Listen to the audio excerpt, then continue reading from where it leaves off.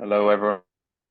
I can just see a few people coming into the webinar. We'll just give it a minute or two before we kick off, just to make sure most people are here.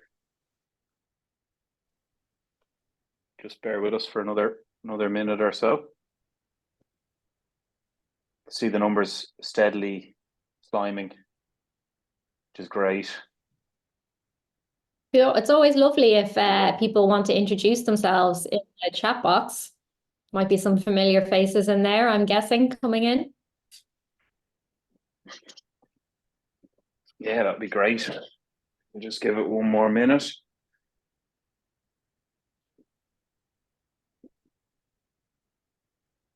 I think we're at 2 minutes past, so we'll probably you on the list there.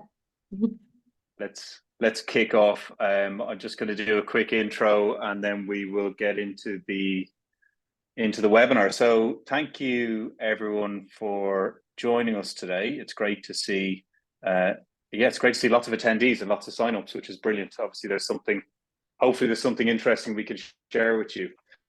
I'm Dave. I'm the MD of White Bear. We're a brand and packaging agency based in London and Dublin, and we work with a lot of consumer brands and a lot of brands in the food and drink space, in particular challengers and disruptor brands that are looking to shake up their category, do something a little bit different, bring new products to life and innovate.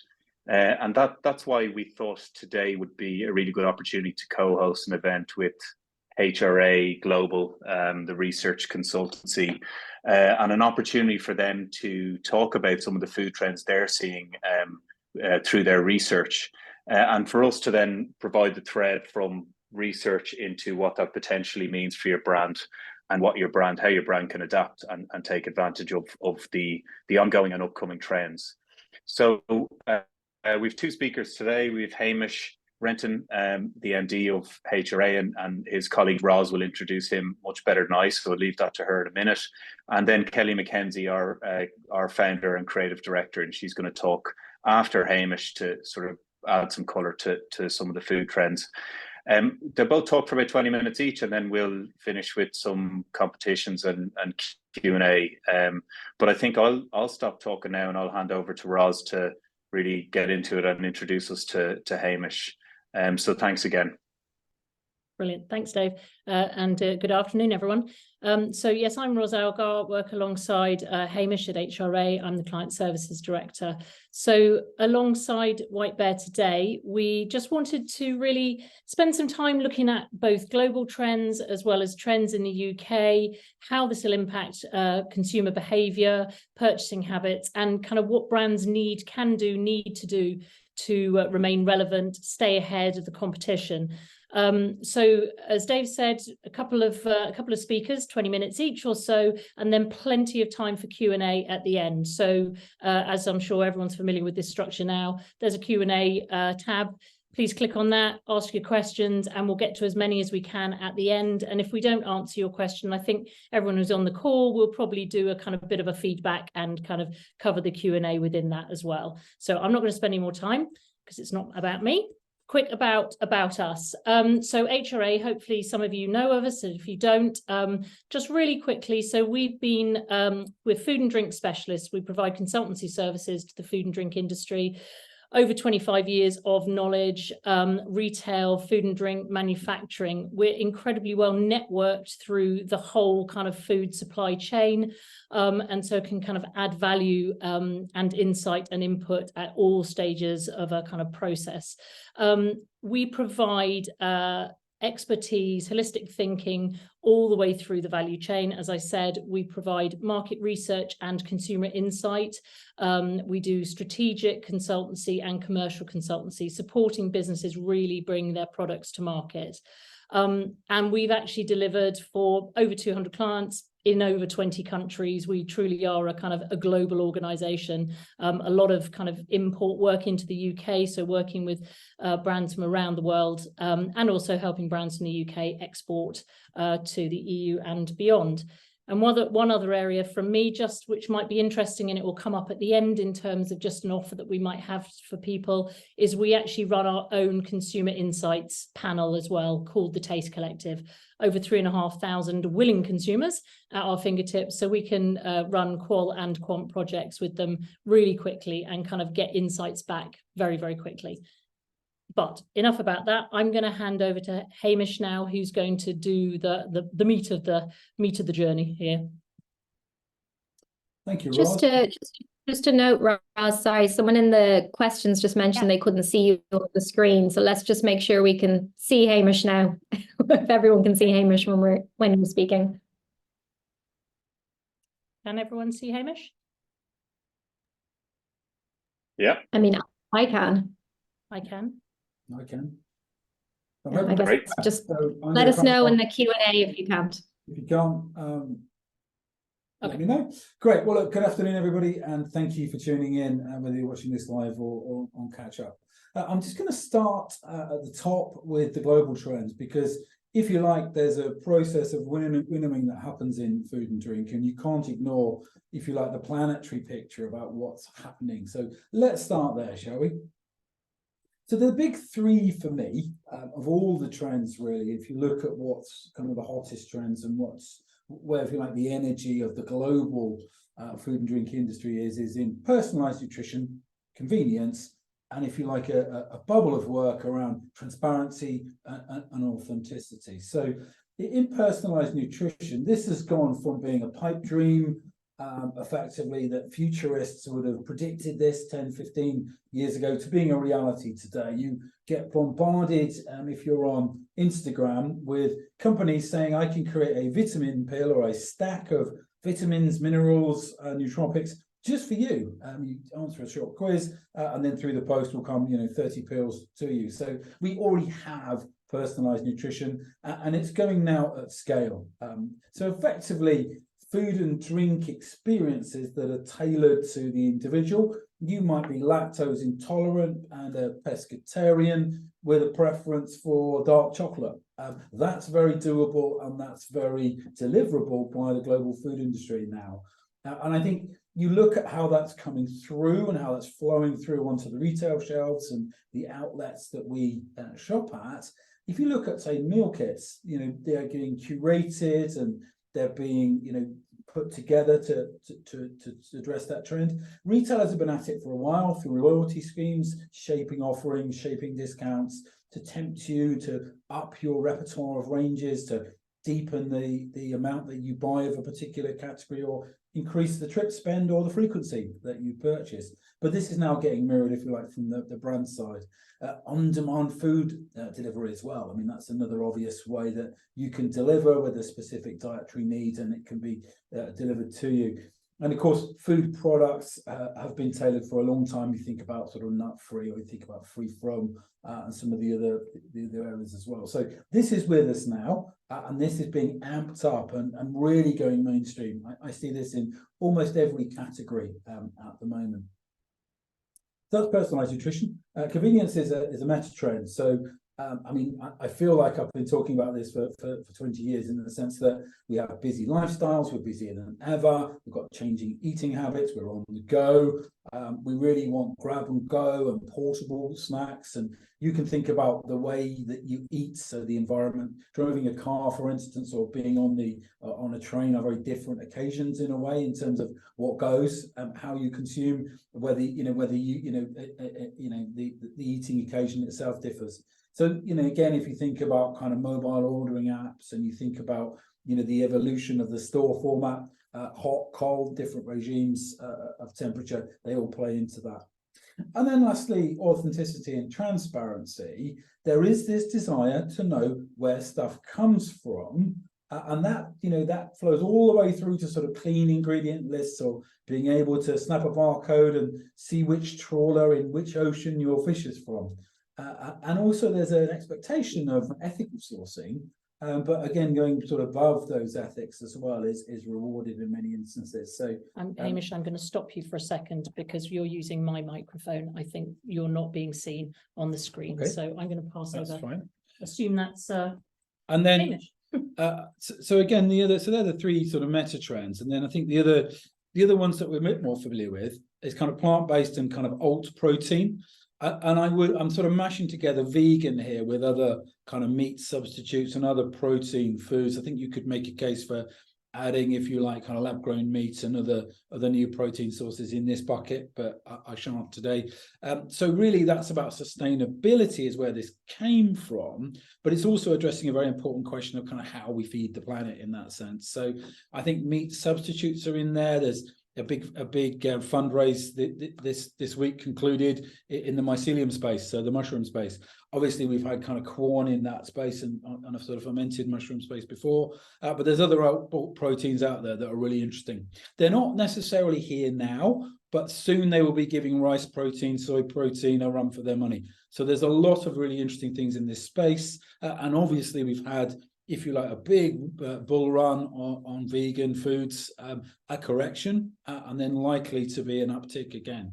And obviously in the wings are insects and larvae and these other sort of primary protein categories. However, at the moment, they're really limited to feeding the animals that we eat, but they are but one step removed from our food chain, if you like.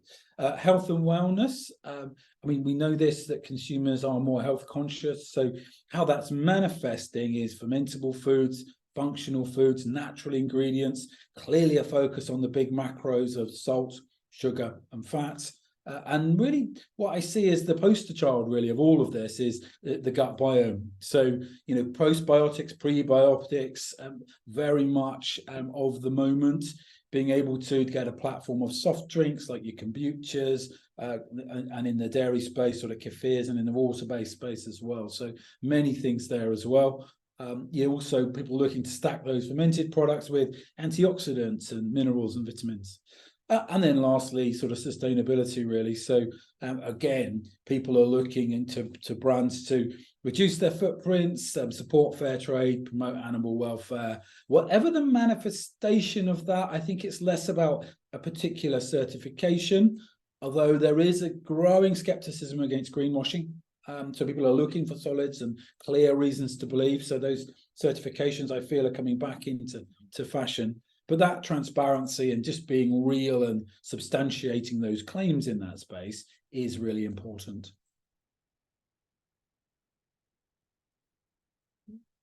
And if we look at, where we go from there, how we sort of take those global trends and the so what's effectively, I think you've got to realize as well that temperatures are rising across the planet, and it's not just a theoretical construct, it's going to have some consequences on the food and drink supply chain, right? So there's a role for companies to deliver against that temperature rise in terms of mainstream customers, and also those with special diets, the very young and the very old. So from sort of pediatric to geriatric care, there's a need to, can we help people cope with these increasingly volatile temperatures that get increasingly colder and increasingly warmer at the same time in any given year as well? So that starts to stretch, if you like, what we need to do. Now, there's also kind of enhancing performance as well. So a big focus from people about how can I up my A game in cognition? So you've seen the growth of nootropics really talk to that, and stacks. And also, adaptogens, so a sort of effectively something that can help get balance within the system, be it balance of hormones or balance of mind between, if you like, kind of arousal and sedation. It can take people from, if people are sort of at one level, they can equal them out.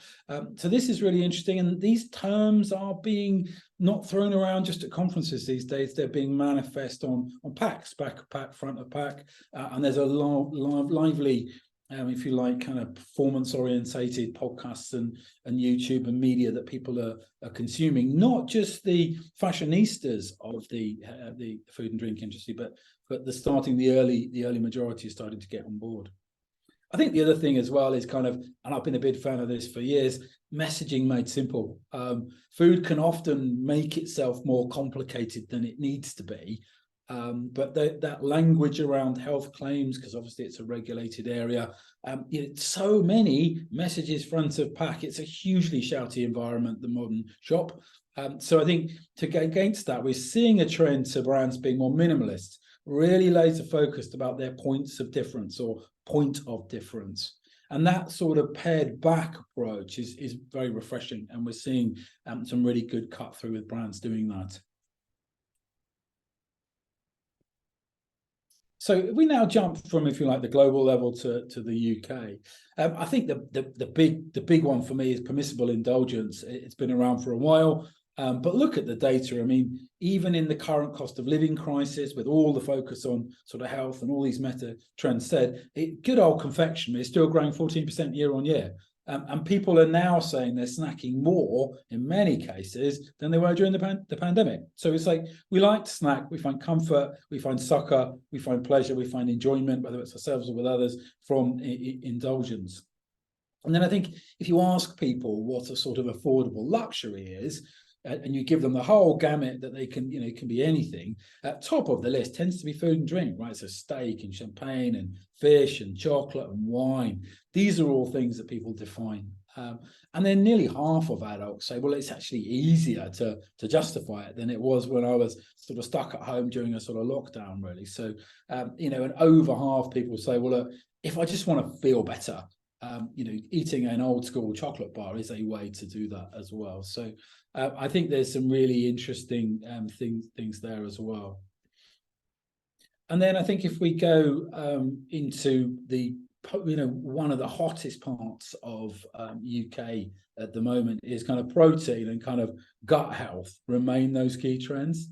But and this narrative around UPFs, ultra processed foods, really interesting, because if you like, that's starting to hit through, over half of shoppers are looking for, a boost to their health, and a quarter saying they're more than they were dialed into the health category. So if you look at sort of protein, UPFs and gut health, they are really starting to get some traction, and you're seeing brands shape that around those messaging, shaping their value propositions, shaping their pitches, defining themselves against UPFs, defining themselves against an entire category sometimes, and saying, look, I don't do this. I'm purer, simpler. I don't play this game.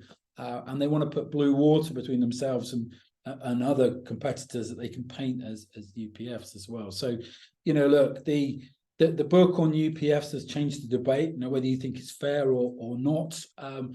Clearly there is this narrative that says, look, it's less about the macro, so less about consumption of sugar per se, it's the source of that sugar, less about fat than the source of that fat, and UPFs. And there appears to be some biology in that. There appears to be some traction in that. And of course, you have brands saying, well, look, I'm a UPF because I've been processed and this part is processed, but look at this that I do. I do this really well because I do that. Which is also true. So I think there's a simplicity to that UPF narrative that's very seductive and very easy, and life in food and drink is more complicated than that. But in a way that doesn't matter, because the shopper out there is having that told to them quite a lot. And then gut health, we talk about, there's gut health appears to be one of these areas where there's very little trade-off. Hardly anybody can say that there's any downside to that. People intuitively feel that gut health is the right thing to do, have done for decades, and now we're getting the data increasingly come back of that link between, if you like, the brain and the gut, and it can affect everything from kind of sports performance, cognition, to kind of mood, and indeed, some of those things are being prescribed against the depression, so it's a medicalized phenomenon as well. So. I think the other piece is kind of plant-based. If you had this webinar, 12 months ago, we'd have been talking about, is this peak plant-based and is it going to go any further from here? I think it's fair to say that some of the air in the balloon of plant-based has come out. In terms of how it's gone, I think there's been a reaction. I think cost of living's played into that. I think retailers have overranged as well, which has stretched the sales over a lot of SKUs. And I also think there's a little bit of a rethinking by shoppers as well about why they're getting into plant-based. What do I think, though? I think this is a pause for breath. I think the market will come back. And I think those propositions that come back will be, if you like, in better shape, and they'll be more more able to kind of get sticky NPD as well. So I think, look, plant-based is taking a temporary step back, but I do think it gets to come back over the fullness of time, and it gets to normalize and become another category over time as well. We've seen that time and time again in food and drink. So if we look at shopping habits, all the predictions are that inflation will slow. However, the Red Sea crisis, I think, may well put some of that on pause. We've yet to see how that will play out. But particularly in fresh goods, I think you could see another round of inflation. So I think you could see certain fresh goods having CPIs and heading up, whilst other parts head down. And of course, what we don't know is the read across to utilities and energy costs, which again might get CPIs back in fashion again. So I think it's a mixed picture on inflation. I think, consumers are diving into loyalty schemes. You're seeing the Co-op, for instance, reformat their scheme. Most retailers are having a look at loyalty and what does loyalty mean and how can I reward my core shopper? That's a really interesting dynamic. Discounters continue to roar away. I mean, you've got nearly 20% of the market, soon to be, I'm sure, a quarter of the market in the UK being discount orientated. So really interesting. And then you're seeing this big sort of trade across from brand to own label, and then within own label from sort of posh own label, if you like, to more entry level. So you're seeing that move. And as the economy unwinds and growth comes back, I see that will unwind again. People will trade up within own label and trade across back to the brands, just like we've seen before. So I think, look, some of these trends are easier to call than others. That's one of the slightly more easier ones. It's also worth talking about, HFSS. We clearly have an election in the UK. Clearly, there's going to be some changes to that, and I wouldn't attempt to predict that. But I think, you have got those retail location restrictions at the moment, whereabouts in store. It catches a lot of brands in there. You're talking about 15% of total goods and services. And then, if you like, those promotional, bans, if you like, on certain promo mechanics, certain ways of talking and marketing are yet to come. I would expect, I think it's fair enough to say that if we accelerate, into a different political setup post-election, it's likely that this will accelerate. So brands that have wrapped their heads around it, salt reduction, sugar reduction, lactose splitting, I think will be better placed than those that don't. So I would continue to have this, in your in tray would be my advice. And then I think, consumers want to buy sustainably. But they don't want to pay for it. I mean, this is the age-old discussion. All the data in the world saying, yes, it's important to me, and yes, I'll do that. But will I actually shell out another 10pence? Will I change brands for that? Well, some will and some won't. So I think what that means for you and your brand is just to consider how you talk about sustainability. Make sure there's some solid reasons to believe in your packaging, your process. On the continent and more broadly, we now have scope 3. So that means we now need a duty of care to think about who we buy from and who we sell to. So if you like, the firms are being asked to take a view of the whole value chain rather than that bit, your factory, the bit you control. So scopes 3 coming. And I think shoppers are, as I said earlier, a little bit, more, skeptical about claims because they've just been proved, wrong when they've assumed that certain claims are going to be true or not. So again, if you do claim, give it a solid, give it a reason to believe and make it understandable, because it is important to a lot of people generally, and to a smaller subset, it is very important. So history will belong to those on the side of the angels, but very, very slowly. And that has been the case in food and drink for a long time now. Thank you, Hamish. Apologies for having to move the screen, technical things. So I think now what we can do is I will stop share and we'll hand over to you, Kelly. Thank you very much. Now let me share my screen. Sorry, bear with me. Go into full screen mode.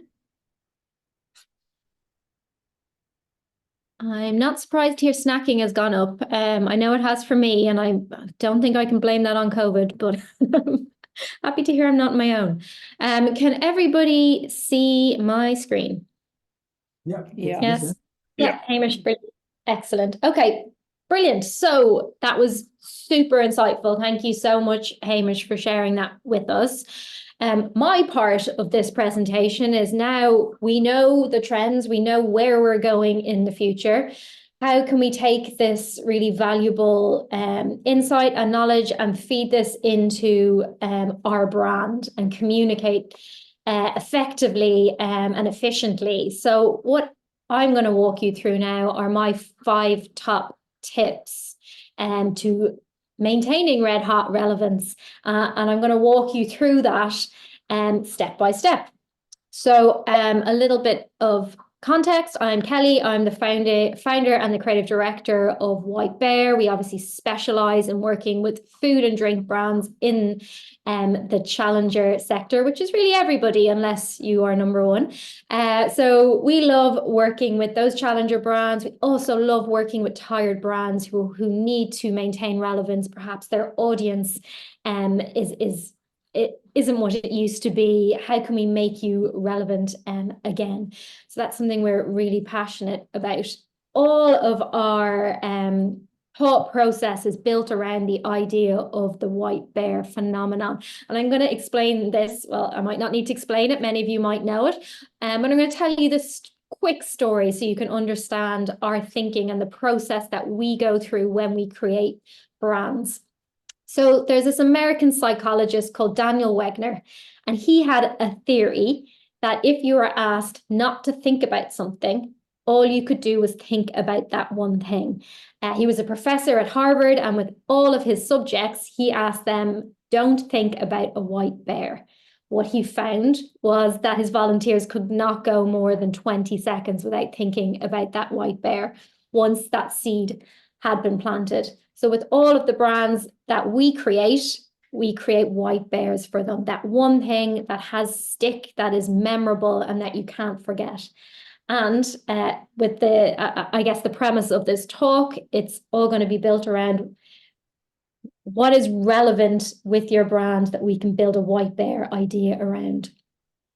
What do you need in order to do that? Well, first, you need to work with Hamish and Roz. You need to understand the data. You need to do your research. You need to understand your audience. What we find time and time again when working with businesses is that they base their pen portraits on assumptions, really. And assumptions, it's the enemy, really. We want to base our audience pen portraits on actual data. And demographics aren't just enough. Demographics often put brands in polarizing positions: older versus younger, male versus female, wealthy versus budgeting. It's obviously important to understand, but what we really care about when building brands that have cut through is psychographic profiling. So the behaviors of your audience. What do they care about? What are their need states? How do they behave? And that really taps into understanding those trends as we move into the future. How much they value personalization, how much they care about their health and their well-being, how much they want to know about a brand, and are you being authentic or are you talking BS? All of these things are really important, how much they value convenience, etc. So you really need to understand all of this before you start building your campaigns, your communication, your brand from the inside out. We worked with Bavas, which is a new breed of coffee, which is just launched in January. We've been working with them right from the very beginning.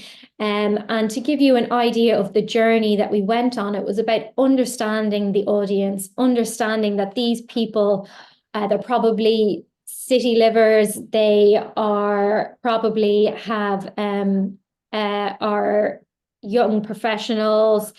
They want to elevate their performance. They really care about their well-being, and what they want is something that's going to amplify their health and their wellness. But the insight is that we often forget to take those vitamins that are so important, but we will never forget that first coffee in the morning. That's built into our routine. That's part of our ritual. So in terms of a proposition for Bevas, it was around, you might forget your coffee, you might forget your vitamins, but you will never forget your coffee. So building this Coffee Plus brand in the coffee category, that helped build our proposition, our positioning, our brand, and our campaign around this idea of an elevated you. So every touch point from, for example, the characters that we created, they project this idea of you, but better. Oh, I want to focus. I want to be like an elephant who never forgets. I want to have better digestion. A little known fact, a giraffe has the best digestion of all animals on the planet. So we have a giraffe. So tapping into all of these touch points to really understand your audience. Also knowing that sustainability is really important to our audiences and our target audience for Bevas. So our pack had to be fully recyclable. There's no fancy foils on there that limits us from doing that, etc. So bringing all of that into consideration.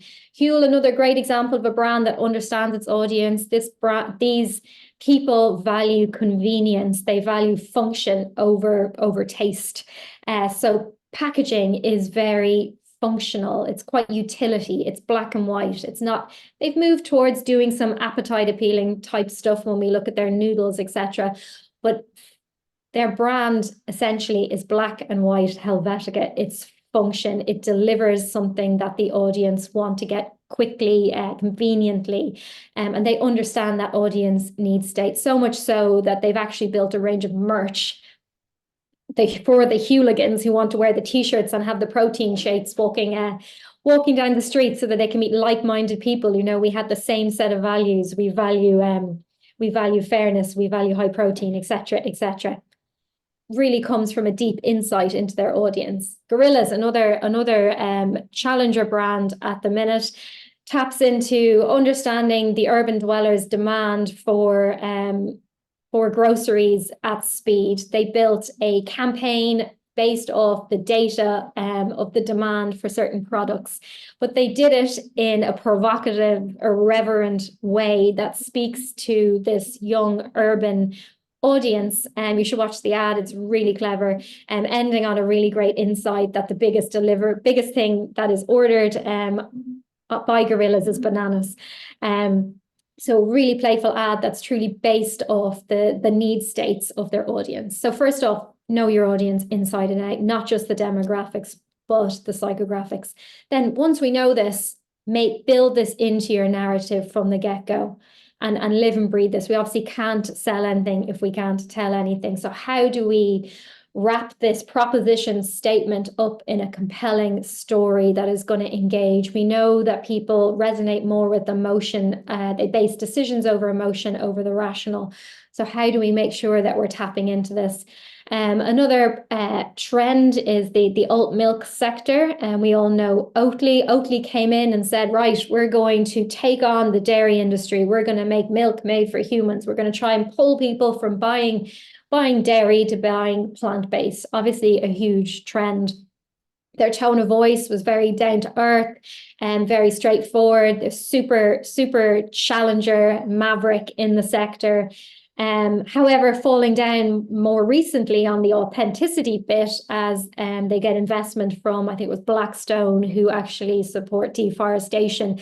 So going in hard hitting and really relevant, but then falling a little bit later on the authenticity side, as people start to unpick. There's been some scandals around ageism, etc. And actually, Oatly have launched a great site called Fuck Oatly for people who hate Oatly, where they've actually acknowledged these PR scandals head on and they've brought their point of view to the front.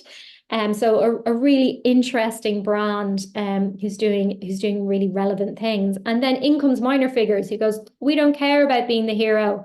We're not the maverick. We don't want to take dairy drinkers and convert them into plant-based. What we want to do is make the best plant-based milk. We want to make the barista milk for the best tasting coffee. We want to celebrate the minor moments. We're not the hero. We're celebrating the best coffee with the newspaper. So they took this positioning and put themselves nearly in a way up against Oatly and are growing market share in the alt section. So brands that aren't evolving are more likely candidates for delisting. If you can only have two and there's older brands that are just sitting there and aren't moving with the times, you're going to choose a brand that offers something different instead. So are you a tired brand searching for relevancy? If so, this talk is really for you. Look at those trends. How can you bring them into your brand and in an authentic way? We don't want greenwashing, etc. But how can you build authentic stories that are relevant to an audience today? Tony's Chocolonely, a great example of a brand that has the purpose at the core of every touch point of what they do. Even their bar is in the mold to represent the inequality of labor and unfair pay in the chocolate industry. And they get calls and complaints from parents saying, I can't split this bar in half to share with my kids, they're killing me. And they're like, well, that's an opportunity to tell a story about the inequality. So building this story, the story that people care about into every touch point, right down to the mold of their chocolate bar. So it's not just about saying we're plant-based. It's not about a front of pack covered in claims. People are just, they don't take that in. It's about how do you build that in a meaningful way at every touch point of your brand. So once you know that narrative and then you know how to talk to your audience, it's about being distinctive in how that you do that. And as the HFSS policies come in, a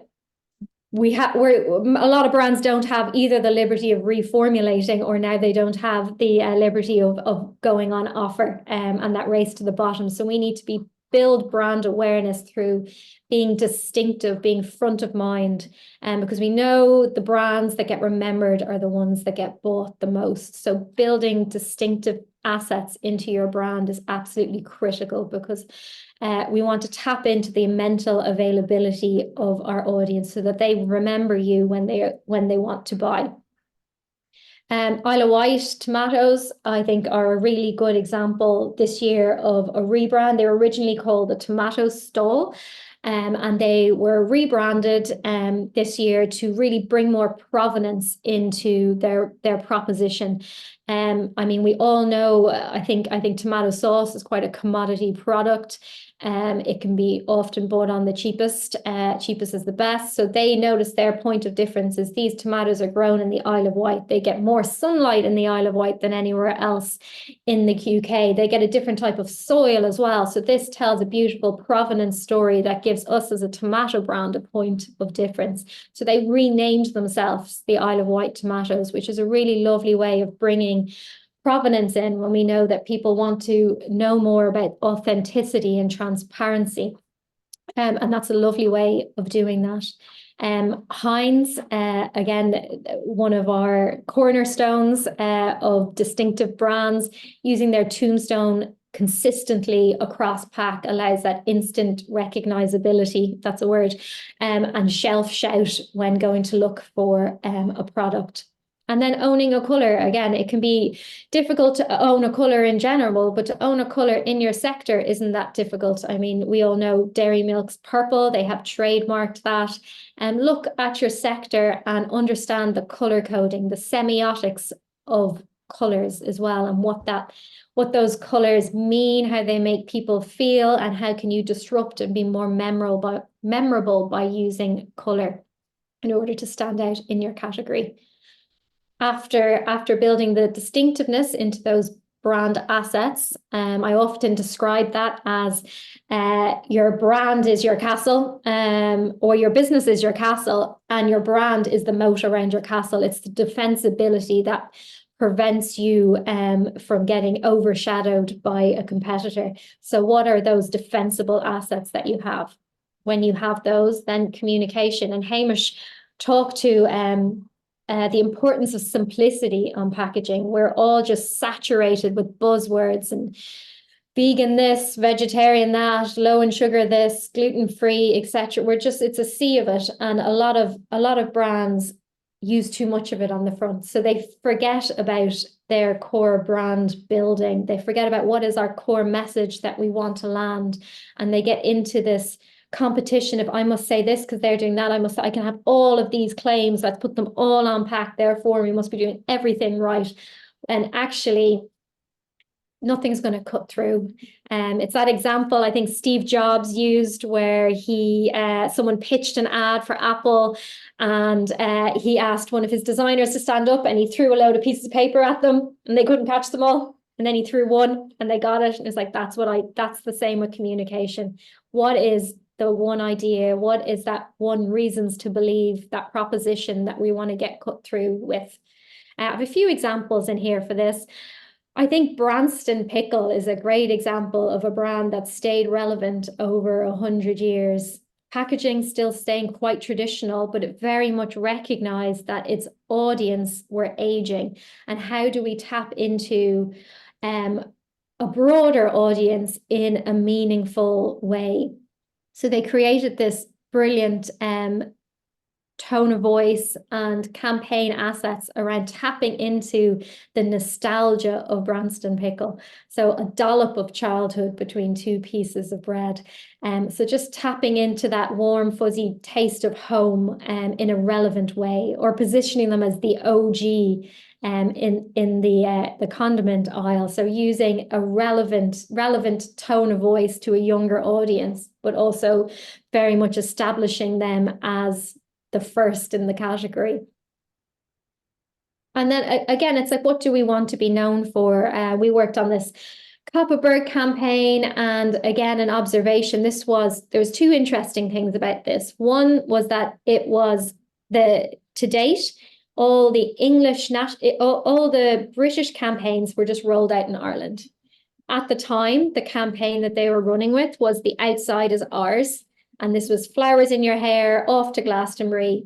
That fell flat in its face in Ireland, because in Ireland, the outside's not ours. It's pissing rain most of the year. It's actually really annoying to see an ad like that. It wasn't resonating. So when we did our research, the observation was, well, firstly, we need a localized national Irish campaign. Secondly, people actually don't know that Copperberg's Swedish. That's something we really want to talk about. So we built this campaign around the Swedish taste that translates, to build awareness around the provenance of Copperberg. And then also the observation being that Swedes and Irish people have a great sense of humor. We love the crack. So we built this campaign around being Swede-ish, because Irish people are quite ishy. They'll say, oh, I'll meet you for a drink at 8, and they'll show up at 9:30. Swede-ish. So we built a whole dictionary around this Irish language and tone of voice that relates to the Swedish origins of Copperberg. Another example here in terms of communications is the key point of difference with Tom Parker when we rebranded them and repositioned them was that they were actually the only free-range milk in the category. Their cows roam 180 days a year out in their fields, and they weren't talking about it. They were talking about Tom Parker, the person who used to deliver milk door to door nearly 100 years ago. He's not around anymore. The business is far more future focused than it used to be. And how do we set them up for success? Well, we tell the story of their free-range milk, of happy cows make happy milk, and built a whole manifesto around how these cows are treated that very much directed them internally as they grew with farms, but then also gave them a clear point of difference, again, in a commodity sector where it's a race to the bottom for a milk product. Lastly, we know our audience inside and out. We know how they behave and how they think. We know our proposition and how we tell that in a story that is relevant to them. We've then built a brand that they're not going to forget because it's so distinctive. It has a white bear. After that, we know our communications, our key points of difference, and that we want to tell. Well, then how does that get to the tactical? How do we create packaging that really cuts through? And while the medium is the message, robbed that from Marshall McLuhan, but the medium is the message in how we do this and how we practice what we preach. So consumers often associate specific visual design features with certain properties of food and drink products, such as taste and flavor and healthfulness, which I actually didn't know was a word until I did some research. I would say healthiness. But how do we understand the semiotics of packaging and make sure that we're using the right codes to speak the right message to the right people. Tom Parker, another, again, I've spoken about them earlier on, but they really wanted to talk sustainability. So we kept them in their glass bottles. We had a model where they could be returned, where they're fully recyclable. We moved from plastic labels to paper labels to make sure that every touch point really talked to their values, sustainability being one of them, and that we weren't just greenwashing. So think about the medium of your packaging and make sure that it rings true to what you're saying and what you value. And we do know that our customers value authenticity, and sustainability is another key thing. I think as well, something that I've noticed that there's definitely room for improvement is D2C packaging. I've noticed that the beauty sector are actually doing that really well. However, D2C food and drink, there's a long way to go. So again, thinking about how can we communicate at every touch point of our brand, our story, our point of difference, and what we believe in, and using our D2C packaging is actually a really good way of doing that, making sure every surface is used to tell our story. I think the CEO of Oatly, I can't remember his quote, but he talks to it being free marketing. That box is free marketing for you. Treat it as an ad rather than just a mode of transport. And think about as well, sustainability being super important to your customers. Don't put extra flyers in there. Don't put unnecessary extra pieces of paper. Be really smart in terms of the packaging that you use. Maybe put a QR code on there that takes you to a website or a video. Maybe print on your box. Just try to practice what you preach. So in light of these trends, what should we consider when creating new packaging? So I've touched on most of these, but authenticity and transparency are really important. How do you tell your story in a way that's not just written? Is it the mold of your chocolate bar? Is it the format of your packaging? How do you make sure that it's translated through every touch point? Convenience, again, I think about the format of people on the go.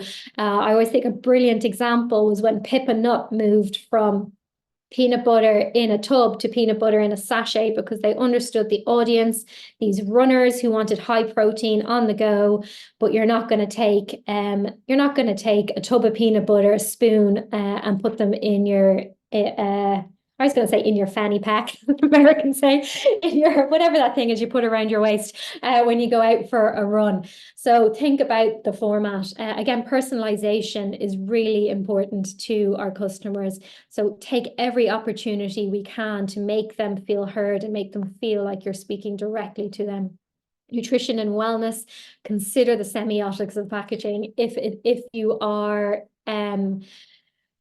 low sugar, or if you are, I'm trying to think now, healthy and you want to talk about wellness, make sure your packaging doesn't feel neon. It's not really plastic, because all of those give the cues for synthetic, science lab made, etc. So make sure that you understand the cues that you're giving to your customer when it comes to every touch point of your brand.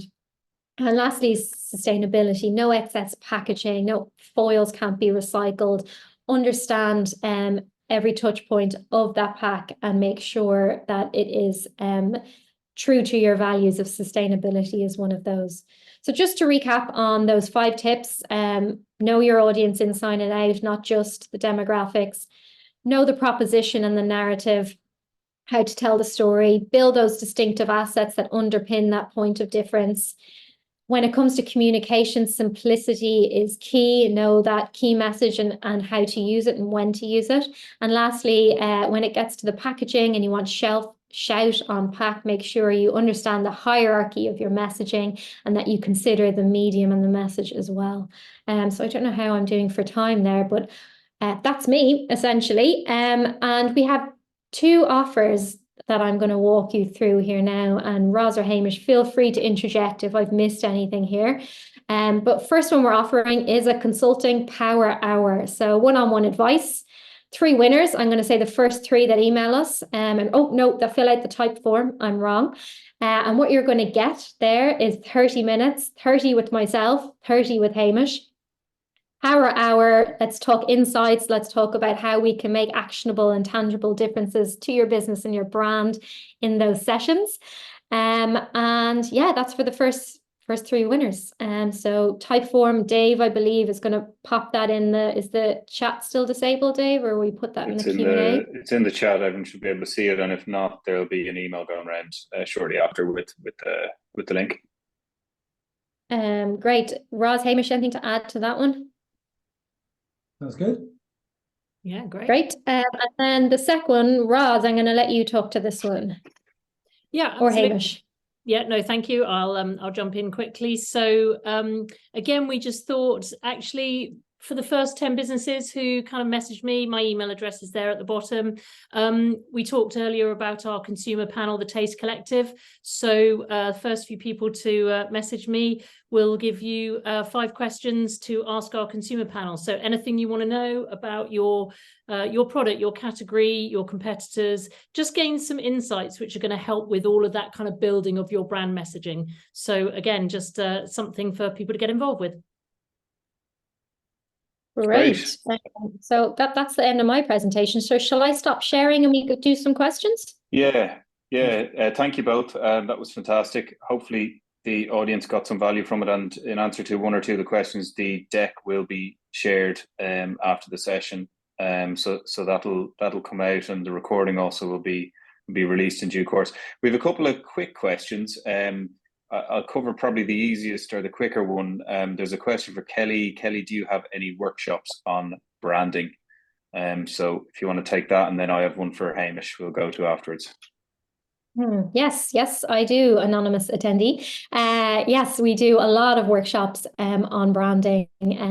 So I am thinking we should follow up with that in our newsletter, Dave. Yeah, sure. That's going to. Or, so let me send on the recording.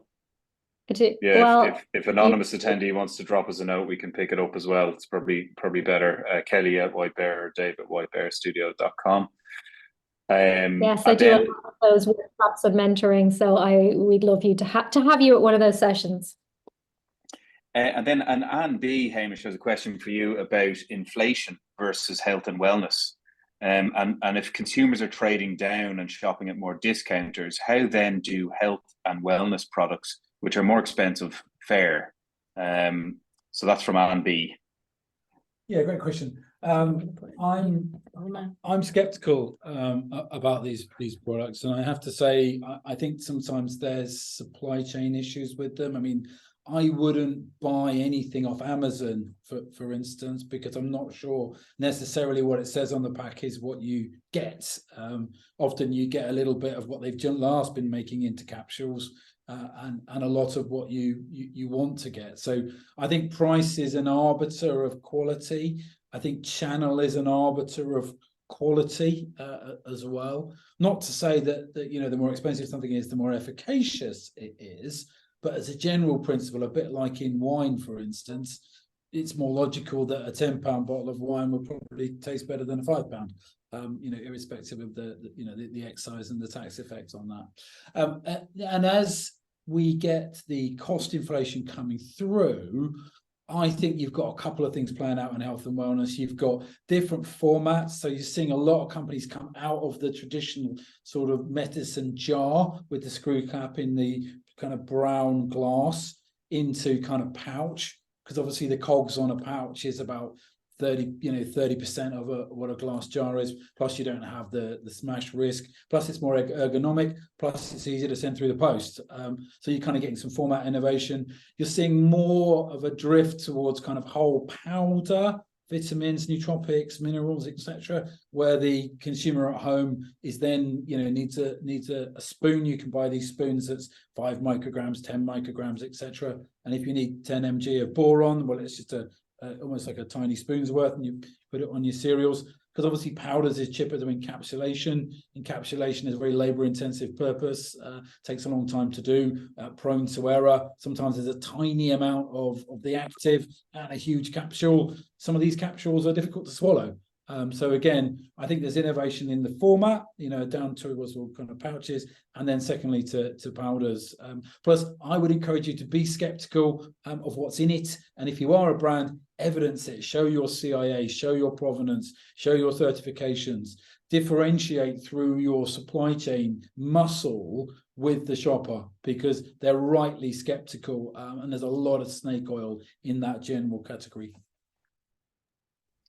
Thanks, Hamish. Oh, sorry, Roz, over to you. I think that a few new questions have actually gone in the chat, Yes, in the Q&A. So Kelly, over to you.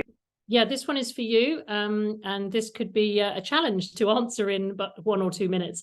But the question is, how can you stay relevant and contemporary as a brand without always having to update? That's a really good question. Yes, that's a really good question, because none of us want to fall into the trap of just being trendy for trendy's sake.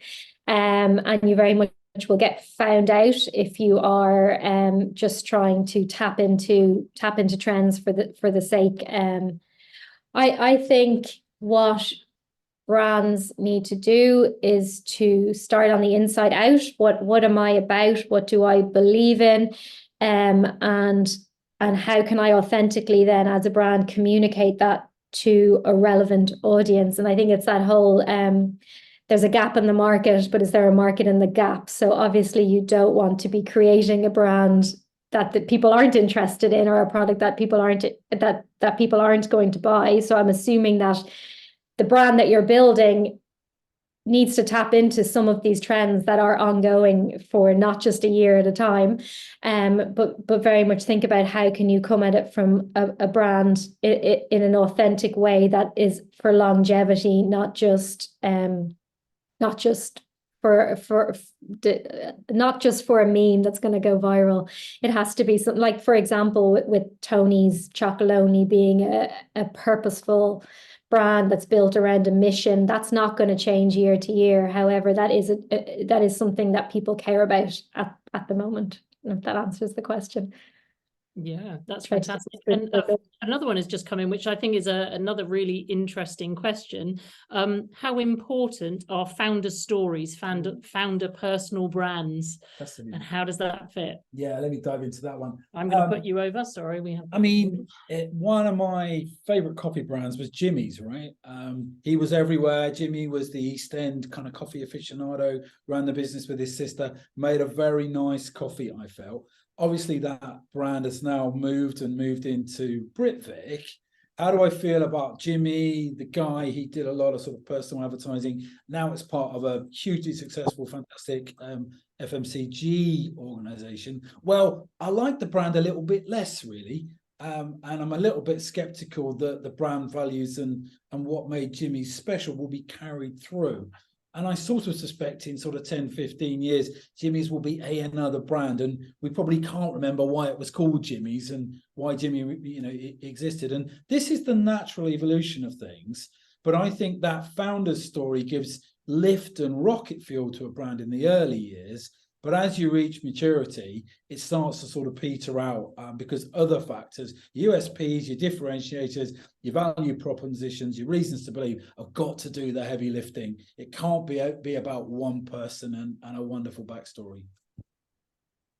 I think as well, just to build on that, two things. If you are a founder, how comfortable are you being in the spotlight over a long period of time? We're actually working with 2 brands where we're trying to work on building their legacy, because they're actually 80 and they've built both, 175, 180, and they've built these amazing brands that have gone through their lifetime. And now they're like, I don't really want to do this anymore.